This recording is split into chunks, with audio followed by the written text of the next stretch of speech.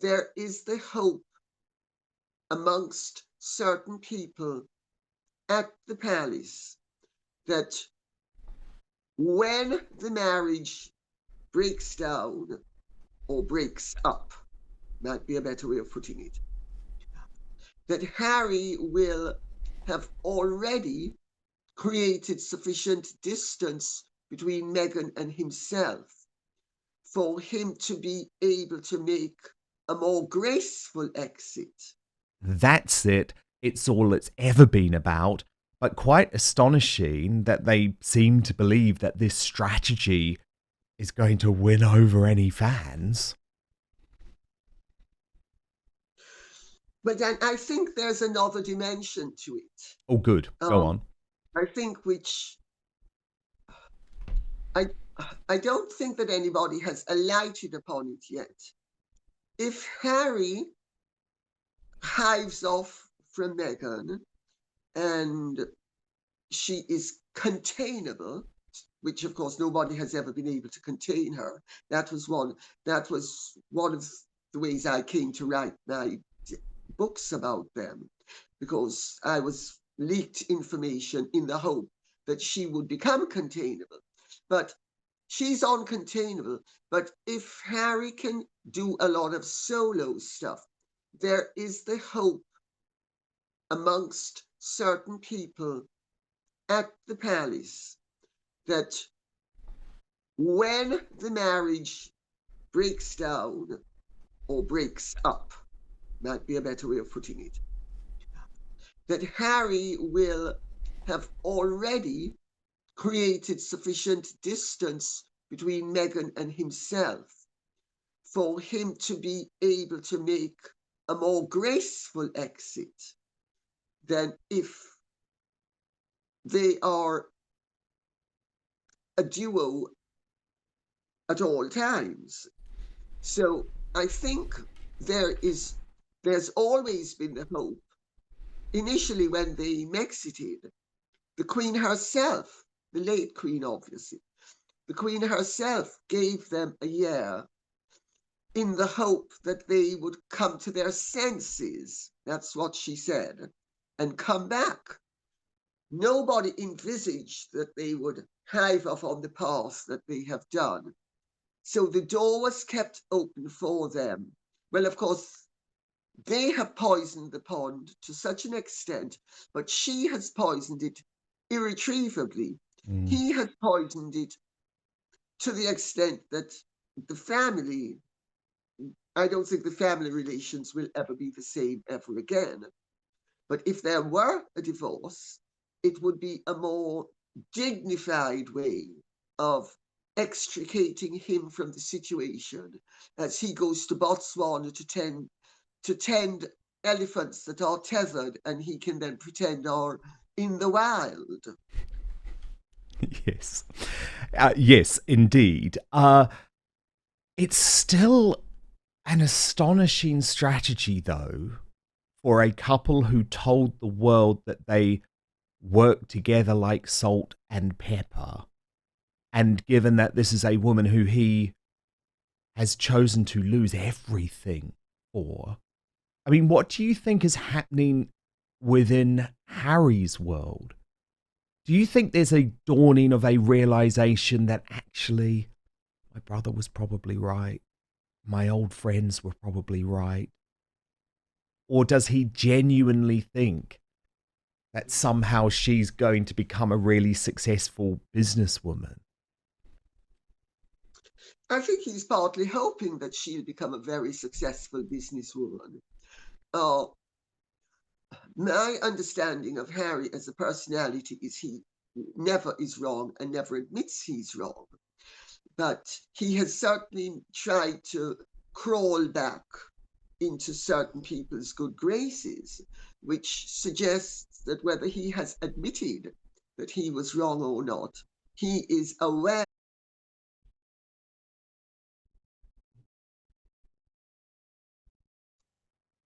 You know, marriages change over time, and Harry is, according to some people, perfectly happy in California. and doesn't want to come back. And to other people, he is miserable in California and he wants to come back.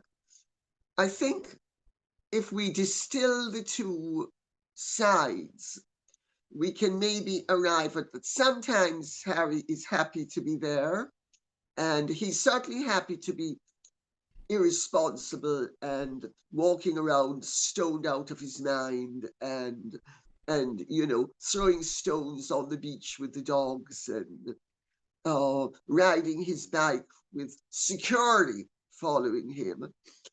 Harry has never been a great worker. Harry has never actually, he was a good performer in that, before he married Meghan, he had the hail fellow well met cheeky chappy act down pat. But Harry was always there for the show. He rarely wasn't there for the go. And so I think to an extent, whatever happens, he's not going to ever again be a heavy-hitting royal, but it suits the royal family and it suits the British political scene to have him being less of a pariah. It doesn't matter about her, she's expendable, but he's not so easily expendable because he is royal. Yeah, it was really interesting, wasn't it, this tour to Africa, because it didn't spark much attention at all.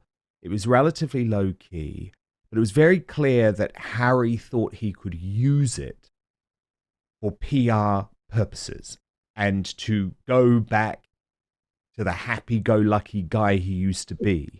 There was a very clear sort of changes in his agenda. And there was one video, I think, Lady C, that represented it best for me.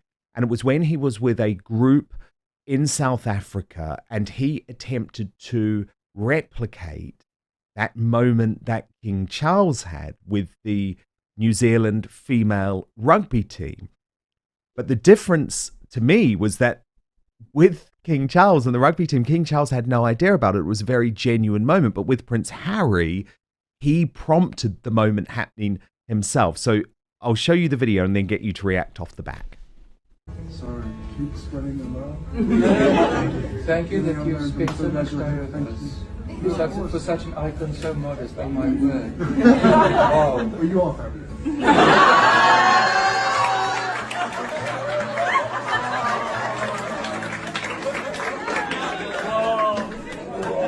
I'll put that on my resume. Can we have one group hug?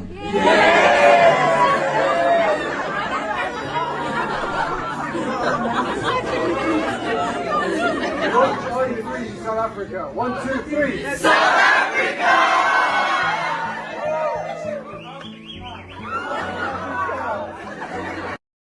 So that felt cynical to me, Lady C. What about you?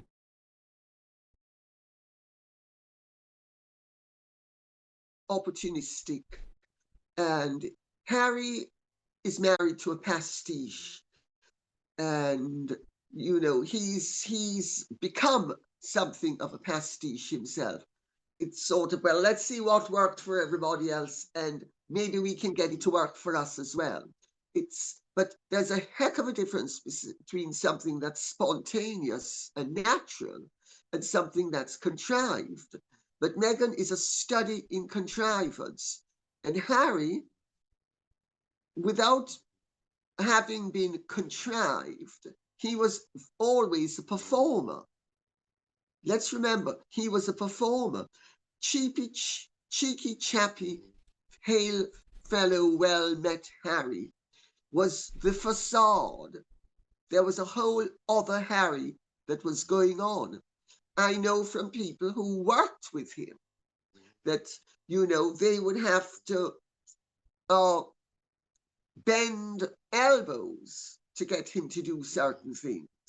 Then, of course, he'd be, look at what a fabulous time I'm having. But so he and Meghan, he's taking a leaf out of Meghan's book now. It worked for Charles, it will work for him. And to an extent, it does work because he manages to dupe some of the people some of the time. So it's effective up to a point. The Yeah, I fact think. of the matter is, Yeah, I agree, but I think a lot of people have seen through it now, well and truly. I certainly have, but and this is the point I'm trying to make as yeah, well. That the Queen would never have done something like that. She believed in being true and real and let things evolve naturally. Harry, by going down the pastiche route, it might work for some of the time with some of the people, but it never works for all of the people all of the time. And it furthers the disregard that people have for him. And it increases the lack of respect that people have for him. and he's 40. He's 40. It was cute when he was a young lad. He's 40 now, and we know what he's like and what he's done to his family. So what's the plan now for Meghan? Are we just going to see more of these sort of awful Kim Kardashian cheap stunts? And actually, I think that's a bit of an offense to Kim Kardashian, because I saw Kim Kardashian, for example, at the White House this week, and she was very appropriately dressed. Whether you agree with her cause or not, she's fighting to free the Menendez brothers, and she is taking on important issues while doing her celebrity stuff. So actually, it's probably quite unfair in some ways to compare Meghan to Kim Kardashian now. But the point that I'm making, is this it now? Is this it? Are we just back to celebrity, turns up drunk to events and tries to make some money by flogging crap jam? Is that it now? I think that's about it, Dan. I mean, where's she going to go from here? She is box office poison. She's toxic in Hollywood. Nobody wants to associate with her unless they can derive a benefit from it. And it's usually because they're not going to get the publicity for their minor event. And whether it's Kevin Costner or someone else, Meghan will create controversy and Harry and get them more publicity. But that doesn't mean Kevin Costner is going to cost her in Bodyguard, nor does it mean that anybody of any kind. I mean, let me say, I had lunch day before yesterday with a friend of mine who was married to one of the top names in Hollywood. And she has a lot of friends in Santa Barbara. And she made the point that nobody wants to have anything to do with Harry or Meghan. People don't like her. She is pretentious. She's uppity. She has an air of superiority, or then she's a hustler. So it's one bad thing and flip over, and it's another bad thing. And I really do not see her succeeding. I mean, well, she's succeeding to fail, but she certainly hasn't succeeded to succeed.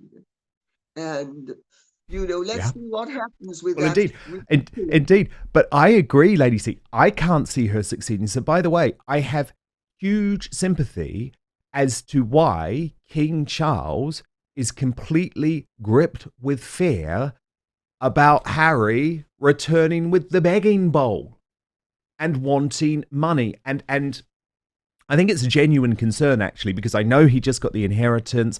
But Lady C, they are burning through cash. And yes, there will always be some corporations who are prepared to pay for them to buy into the fact that they've got a member of the royal family on the books.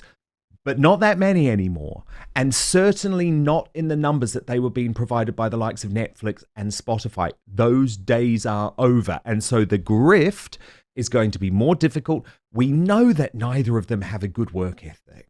I mean, they're both actually lazy. Let's be honest about it. And I think Charles has a reason to be worried. I could see them coming. I mean, William won't have any of it. I mean, once it's William on the throne, the idea that he would give money to Harry and Meghan is just laughable. But I can see why Charles is genuinely concerned that his youngest is going to start asking for handouts again quite soon. First though, have you ever wondered what happened to the legendary Chuck Norris? Well, I recently saw a video he made and I was shocked. He's in his 80s and still kicking butt and working out and staying active. What's even more shocking is he's stronger, can work out longer, and even has plenty of energy left over for his grandkids. He did this by just making one change. He says he still feels like he's in his 50s. His wife even started doing this one thing too, and she's never felt better. She says she feels 10 years younger, her body looks leaner, and she has energy all day. Chuck made a special video that explains everything. Make sure you watch it by going to chuckdefense.com/outspoken or by clicking in the link in the show notes below this video on YouTube and Rumble. It will change the way you think about your health. Once again, that's chuckdefense.com/outspoken and click on the link in the description below to watch the video now. You simply will not believe how simple it is. Just a reminder, the legendary Chuck Norris is a whopping 84 years old, and I have to be honest, he has more energy than me.